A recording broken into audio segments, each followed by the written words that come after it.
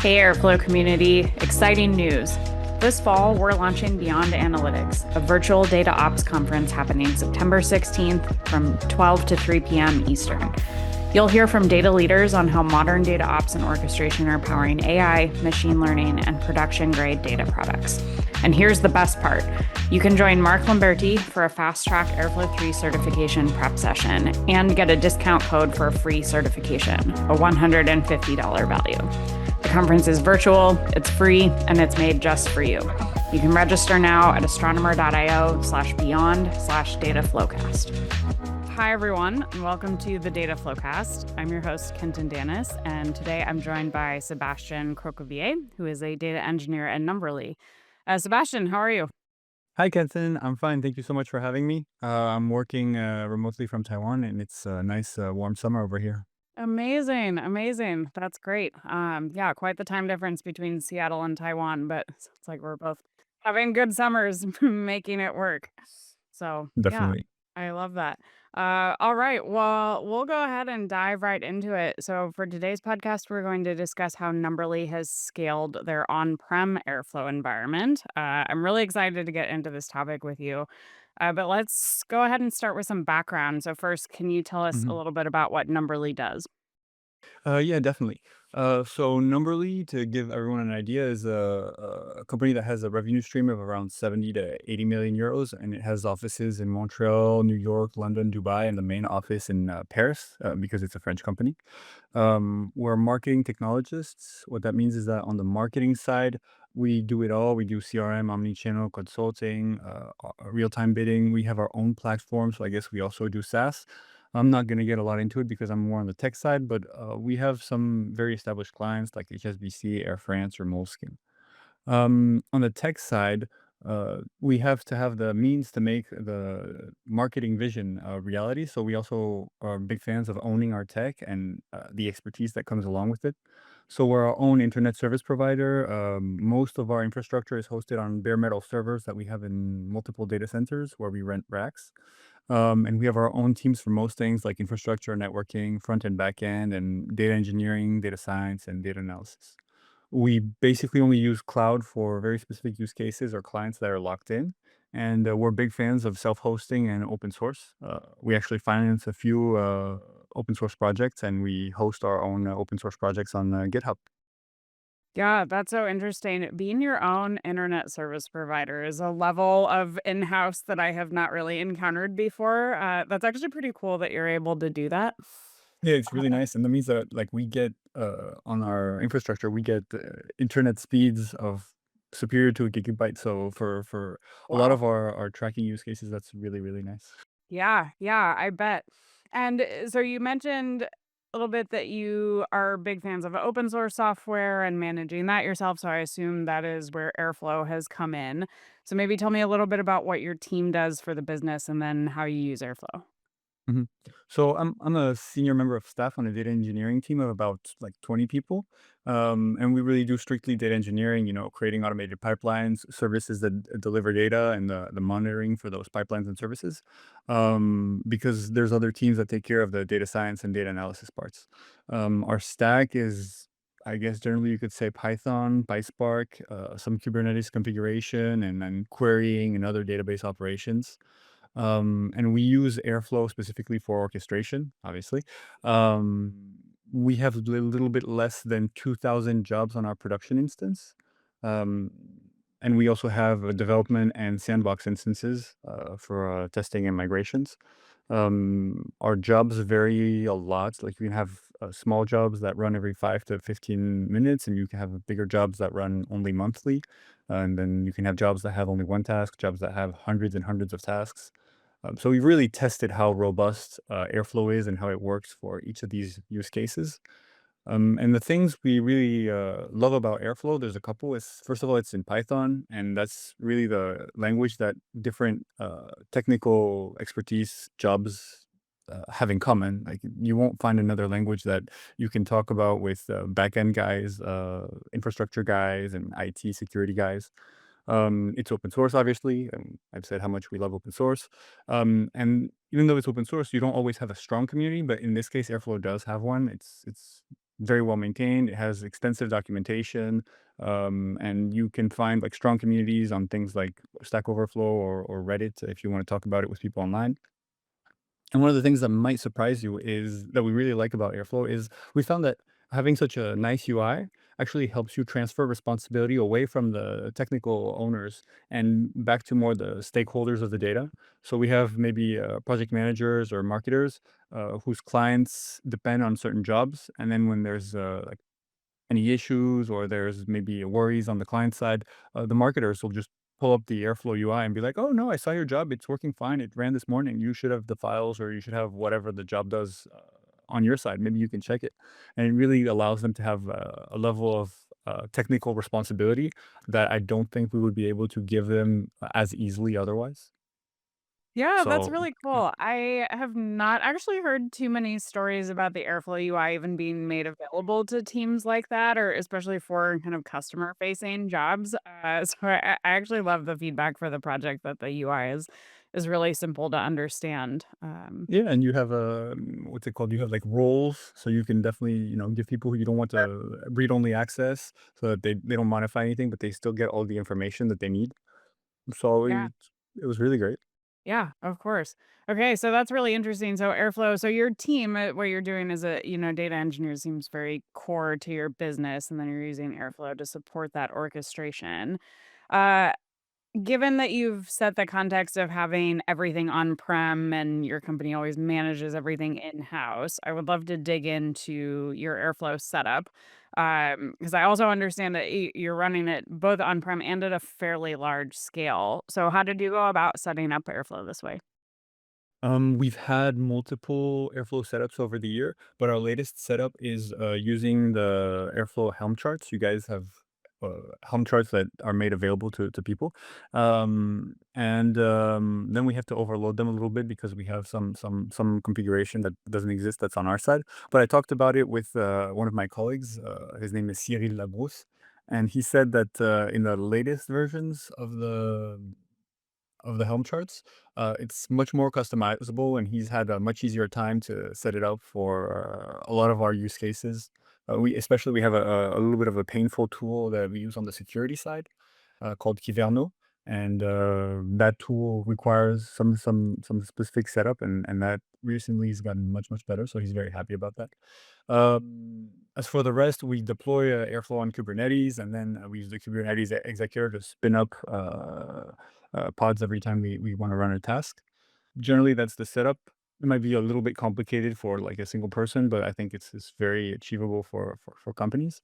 And we've been running Airflow since at least 1.10. So we've had like a few, I don't want to say performance issues or bottlenecks we've hit over the years. If you want, we could discuss those. Yeah, absolutely. I'd love to hear more about that. I also started with Airflow myself around the same time, maybe 1.9 coming into 1.10. So I think the project has improved a tremendous amount in terms of performance since then. So yeah, tell me a little bit about that evolution. So yeah, the first thing is discussing with like open source communities or people who use Airflow since that time. One of the main points of discussion is where do you get your jobs from? How do you synchronize them? How do you host them?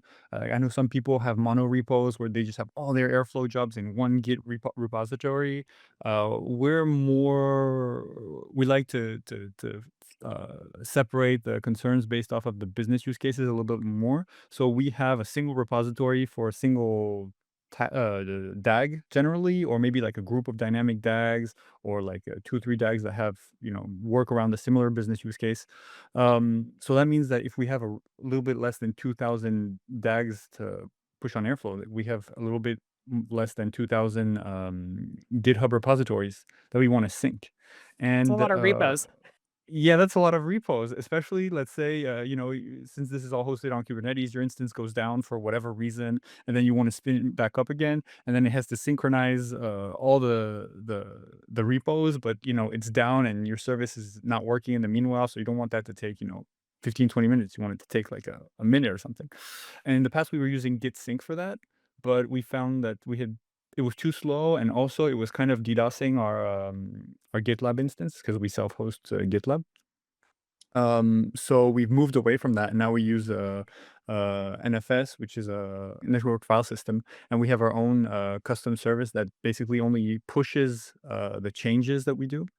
So we only push to the NFS when there's a repository that actually makes some changes, not every single time it needs to reload everything. And because the file system is on the network, you don't need to synchronize. It's just there, and then you connect to it, and then you have all the DAGs. So that's Interesting. been much better for us.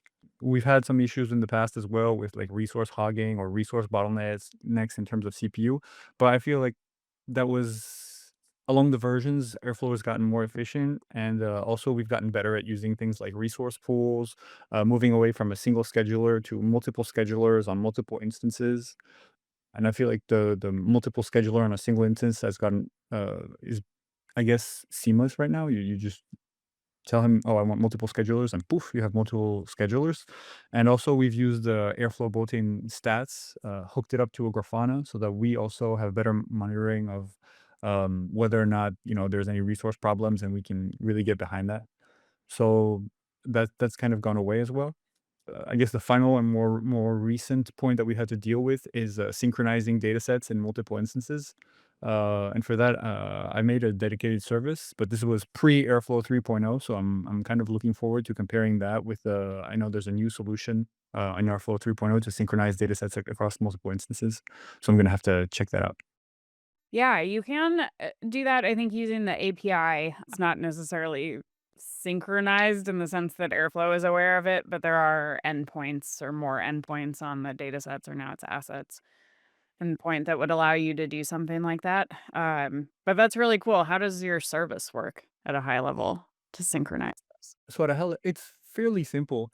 You basically, like you said, use the API to detect all the data sets, and then you have a single message queue. In this case, it's Apache Kafka, and we just push all the data sets or data assets to the Kafka messaging queue, I guess you could call it. And once you have them all there with the different configuration and all the metadata that tells you where they're from, how recent they are. Then you just push them back to the other airflows. Um, what's making this easier is that it's not dataset scheduling doesn't work the same way as external event scheduling. You don't have a single job run for every single event. So that's easier. Every time you have a data set, you just check, is this at least as recent as the latest one on my current instance? If it is, I don't do anything because it's already run. And so that actually allows you for a little bit more flexibility than just like, external event triggers where for every single event you have a DAG run. Yeah, interesting. So it sounds like you've implemented your own version of what in Airflow 3 they're called asset watchers, which is the implementation for event-driven scheduling. So actually a Kafka one was just added. Really? Because I Uh, know there's something on AIP, I think it's 82 that does something like this.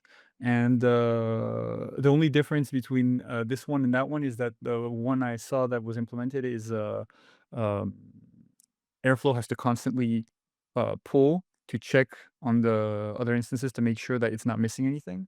Whereas here you're pushing, so it's only when there's a new event that you verify. So you use a little bit less compute, but I don't. But then you have to make all the moving parts and then monitor all the moving parts. Whereas the other one's just Airflow. right, right.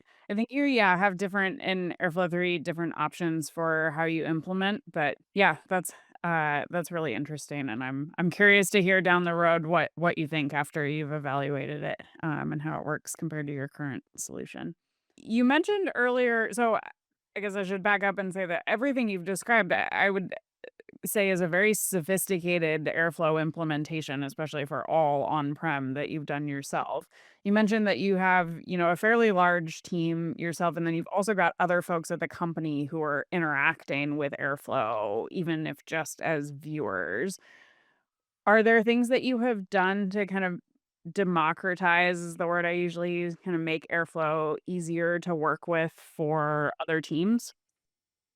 Yeah, that's a great question, actually.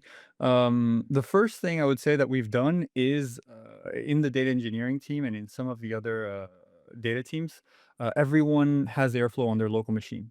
it's before you even get to the development instances, you have a local installation of Airflow, and this doesn't need to get like very complex. You don't need to set anything up. You just pip install Apache Airflow. Poof, you have already a web server, a database, and a scheduler on your machine. And then I think it's like you need to initialize the database and then create like tell your standalone version to just spin everything up, and you have a UI, you have everything you need, and that allows you to have the same kind of setup as you would have in production. So you can already test everything locally before you even get to, a development Airflow instance or whatever. Um, so I think this is one of the strengths of Airflow is that it's installed so easily on a developer's laptop. And that's one of the important things that allows us to make everyone Airflow literate on the team. Another thing we've done is, I'm not sure if this helps democratize Airflow. It's more of a quirk of our organization. I guess everyone, when they, make a project their own, they kind of set it up in the way that they want.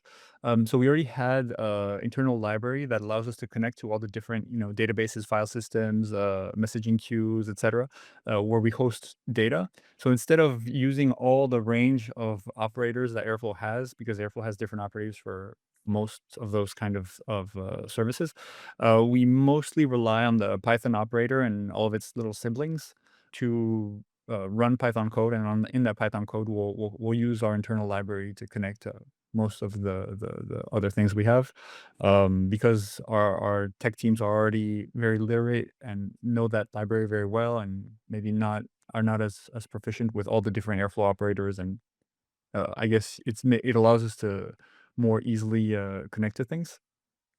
Another interesting thing that we have is, in terms of dependency management. This is another thing that I think people talk about in terms of Airflow as well. How do you like what dependencies does your code run with? We found that the easiest way is to have a single big image that has all the dependencies for like 99% of your use cases. So we'll call that like our default image. And that's the one that Airflow runs in, and that's the one that will be run by default if you just launch an Airflow job without any configuration. And then if you're an outlier and you need another Python library, for example, you use a Python virtual env operator. Or if you need like more hardcore dependencies, you'll run a Kubernetes pod operator with your own Docker image.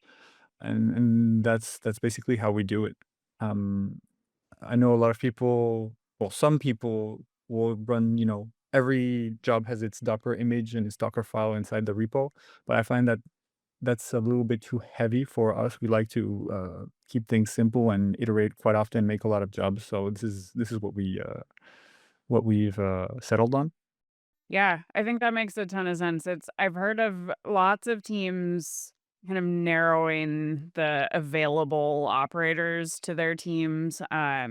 Usually Python operator or Kubernetes pod operator are the ones I hear of the most often. That teams say you have to use this, and I think exactly the reasons that you've said. Like, it makes it easier for people to engage with, especially if you've already managed the dependencies for them, so they don't have to even go into that foray of. I always feel like that's a big rabbit hole of trying to get dependencies right a lot of times. And also, I think it makes it easier on the teams maintaining Airflow because you have, a smaller possible window of the things you would have to review for Mhm. people's jobs and make sure Yeah. that they run. Yeah, it's true, and even for testing, I think it makes it much easier if you have your Python script or whatever. You can execute it locally, and you can test that out, and then all you do is put it inside a Python operator. Whereas when you go into an operator, well, how do you test this? You have to have separate code that tests it, or you have to use the Airflow test commands on the CLI, which not everyone is familiar with.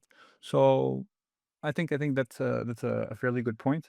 And but we still need to rely on some of the stuff Airflow uses, and for that we have another library that has only custom pure Airflow objects, so sensors, hooks, operators. And that one's allowed us to like add in a few operators that maybe we wanted that didn't really exist out of the box, but we didn't want everyone to keep recoding them as Python code, because then you end up with a lot of boilerplate of everyone recoding the same operator. And this library actually we've had to install as a plugin, because one of the operators is a external trigger operator, but that works across instances. So it has a little bit of an effect on the UI. And we found that installing a library as a plugin is incredibly simple, like deceptively simple. All you had to do was add like an entry point on the PyProject's Toml file, and you were done, basically. As long as it's installed on the Airflow instance, it works. Yeah, that's great. One of my I'm eagerly awaiting Airflow 3.1 when plugins will be the interface has already been added back into the project with the new UI for Airflow 3, which is really exciting. But I am kind of blown away always at how easy plugins can be, and how extensible it makes Airflow. And so in your case, that UI component piece, is that used by like an end user to trigger something in the external environment, or how does that work? No, it's more like you have multiple instances and you're triggering from one job in one instance, you're triggering another job or another task in another instance. And then, if you're like let's say a marketer or a project manager, you're not going to go inside the code and then look at what's the URL of the instance and how do I know? No, so you have just a neat little button. You click on it, it takes you to the job on the instance so that you can see that indeed it has launched and then it's running well. And I don't know, it's a neat little trick, and it was already built in there to the external trigger operator. All we did was port it to an operator that works across instances instead of on the same instance. Yeah, that's really cool. Kind of like the extra links you can put into operators, but more for like your whole Airflow instance. That's great. Yeah, it's simple, it's stupid, but it's very nice. Yeah, I'm sure those simple things are the ones that everybody always appreciates the most, right? Yeah, exactly. Yeah, okay. Well, that's really cool. I think that's a good time to transition. This has been a really insightful look into how you've used Airflow on-prem. I love hearing stories like this where it's been so customized to fit your particular use case.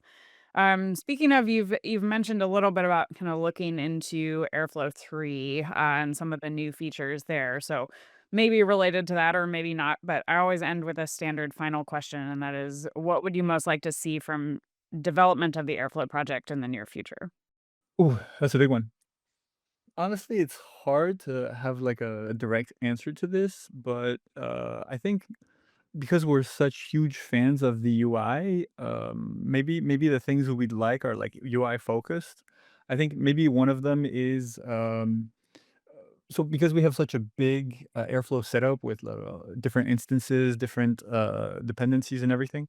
When we migrate from like let's say Airflow 2 to Airflow 3, the migration setup is also like quite long, and then we have to pause DAGs on a specific instance, and then transfer them to the other one, make sure they work, and then we cancel them.